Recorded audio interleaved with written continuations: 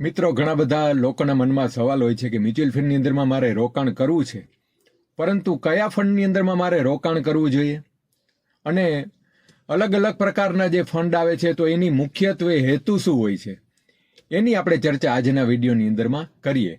તો મ્યુચ્યુઅલ ફંડની અંદરમાં મુખ્યત્વે 4 પ્રકારના ફંડ હોય છે અલગ અલગ કેટેગરી માટે થઈને. એમાં સૌથી પહેલી જે કેટેગરીનું ફંડ છે એ આવે છે લિક્વિડ કેટેગરીનું ફંડ, કે જો તમારી પાસે 6 મહિના 8 મહિના કે 12 મહિનાનો સમયગાળો હોય અને તમે રોકાણ કરવા માંગતા હોય એસઆઈપી કે લમસમ, તો તમારે લિક્વિડ ફંડની અંદરમાં તમારે રોકાણ કરવું જોઈએ, જેની અંદરમાં રિટર્ન તમને 5 થી 7% મળશે, નહીં તો વધે કે નહીં તો ઘટે, કારણ કે પ્યોર ગવર્મેન્ટ બોન્ડ સિક્યુરિટીની અંદરમાં તમારા પૈસાનું રોકાણ થાય છે. એટલે જે લોકો સાવ રિસ્ક નથી લેવા માંગતા તે લોકોએ લિક્વિડ ફંડની અંદરમાં ઇન્વેસ્ટ કરવું જોઈએ.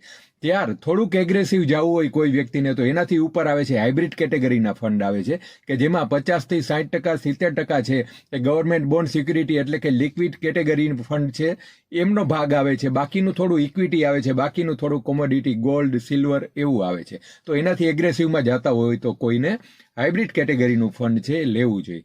એનાથી પણ થોડું જો એગ્રેસિવમાં જવું હોય અને તમારી પાસે સમય 10, 15, 20 વર્ષનો સમયગાળો હોય તો તમારે પ્યોર ઇક્વિટી કેટેગરીના ફંડ છે એની અંદરમાં જવું જોઈએ, જેની અંદરમાં તમે large and mid, multi cap fund, small cap fund, આ બધા ફંડ છે એ કેટેગરીની વ્યાખ્યામાં આવે છે, જે પૂરેપૂરા ઇક્વિટી કેટેગરીના ફંડ હોય છે.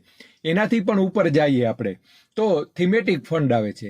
થીમેટિક ફંડ છે કઈ રીતે કામ કરશે કે સ્પેશિયલી કોઈ થીમ ઉપર કામ કરે છે એ ફંડનું ઇન્વેસ્ટમેન્ટ છે.